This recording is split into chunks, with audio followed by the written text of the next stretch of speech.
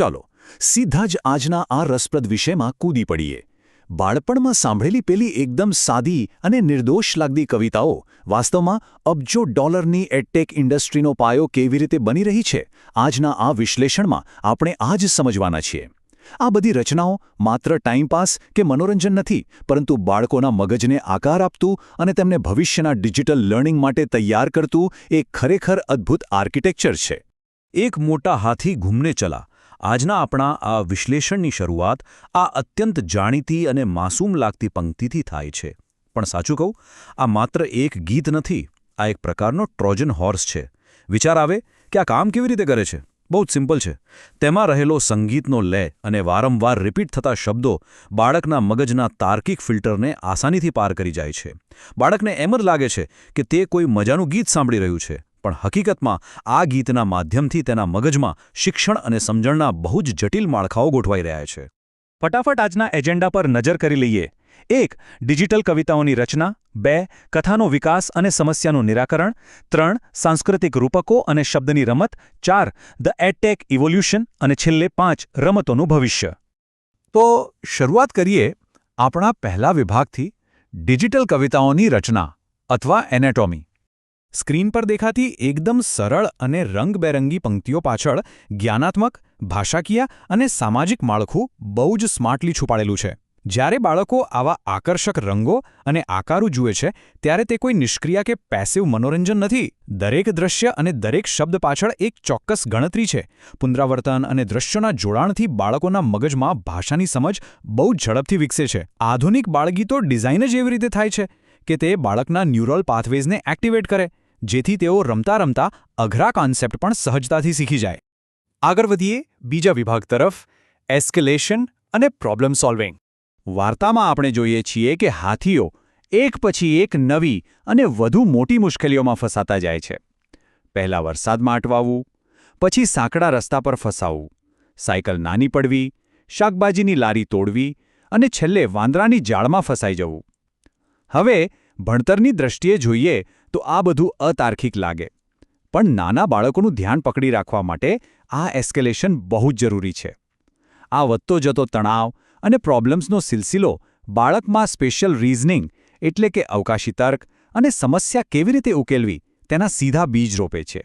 અને પછી અચાનક જ આવે છે આંકડો 5. આ એ પોઈન્ટ છે જ્યાં વાર્તાની એનર્જી એકદમ ટોચ પર હોય છે.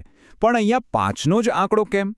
કેમ કે જ્યારે આ પાંચેય હાથીઓ એકસાથે ભેગા થાય છે, ત્યારે વાર્તાના અંતમાં ગણિતના પાયાના કૌશલ્યો એકદમ સહેજતાથી વણાઈ જાય છે. બાળકને તો ખબર પણ નથી હોતી કે તે ગણિત ભણી રહ્યું છે. તેનું ધ્યાન તો ખાલી હાથીઓ બચી જાય તેમાં જ હોય છે. અને બસ આ જ ઉત્સુકતાની વચ્ચે 1 થી 5 સુધીની ગણતરી મગજમાં હંમેશા માટે ફિટ થઈ જાય છે.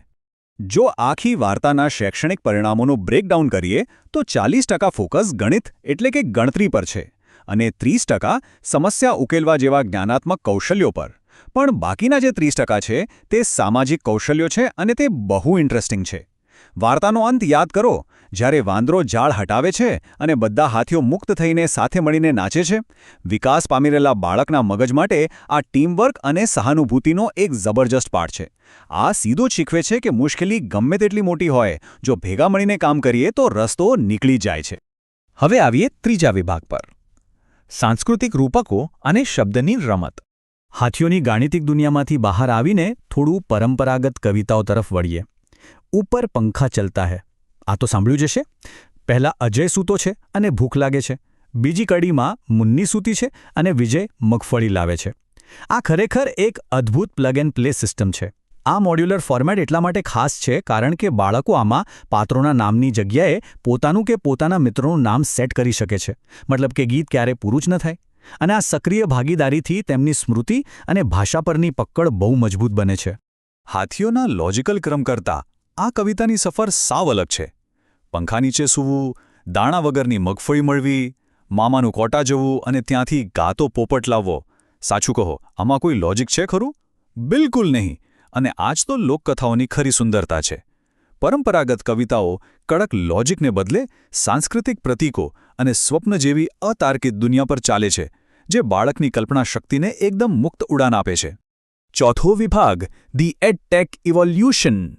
અત્યાર સુધી આપણે વાર્તાઓ અને કલ્પનાઓની મજા માણી, પણ જ્યારે એપલ્સ એન્ડ બનાનાસ જેવી આધુનિક એપ્સ પર નજર પડે છે ત્યારે આખું પિક્ચર બદલાઈ જાય છે.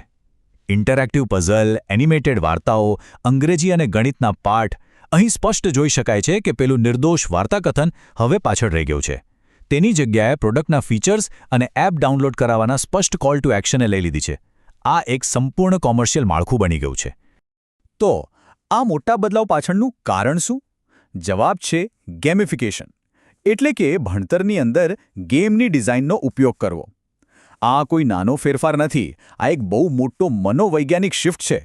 પરંપરાગત કવિતામાં બાળક પોતાની કલ્પના દોડાવે છે, પણ ગેમિફિકેશનમાં દરેક સાચા જવાબ પર ડિજિટલ રિવોર્ડ મળે છે. આનાથી મગજમાં એક ડોપામાઇન લૂપ બને છે. એન્ગેજમેન્ટ ચોક્કસ વધે છે, પણ બાળક કલ્પનાની દુનિયામાંથી બહાર આવીને ઇન્સ્ટન્ટ ગ્રેટિફિકેશન એટલે કે ત્વરિત સંતોષની દુનિયામાં આવી જાય છે. છેલ્લો અને પાંચમો વિભાગ, રમતોનું ભવિષ્ય અથવા the future of play. Download the app. સ્ત્રોતના અંતમાં આવતી આ રિપીટ થતી અને સીધી માર્કેટિંગવાળી ભાષા સાંભળીને ખરેખર આશ્ચર્ય થાય છે. ક્યાં થોડીવાર પહેલાંની પેલી કાવ્યાત્મક સુંદરતા અને ક્યાં આ એકદમ કોમર્શિયલ અભિગમ. આ કોન્ટ્રાસ્ટ ખરેખર વિચારવા મજબૂર કરે છે કે આપણે ક્યાંથી શરૂઆત કરી હતી અને આજે કેવી ડિજિટલ વાસ્તવિકતામાં પહોંચી ગયા છીએ. આ આખી સફરના અંતે એક બહુ મોટો અને મહત્વનો પ્રશ્ન ઊભો થાય છે. હાથીઓ પાસેથી ગણિત શીખ્યા, મગફળીની વાર્તામાંથી સંસ્કૃતિ, અને હવે સ્ક્રીન આપણને એપ ડાઉનલોડ કરવાનું કહી રહી છે. જ્યારે આપણી જૂની મૌખિક પરંપરાઓ આ રીતે વ્યાપારી અને એપ આધારિત ઇકોસિસ્ટમમાં બદલાઈ જાય ત્યારે બાળપણના વિકાસમાં મૂળભૂત રીતે કેવા ફેરફારો આવે છે? વાલીઓ અને શિક્ષકોએ આ બાબતે બહુ જ અલર્ટ રહેવાની જરૂર છે. આ પ્રશ્ન ખરેખર ડિજિટલ યુગમાં રમતના ભવિષ્ય વિશે વિચારવા માટે એક મોટો ઇશારો છે. આજના આ વિશ્લેષણમાં જોડાવા બદલ ખૂબ ખૂબ આભાર.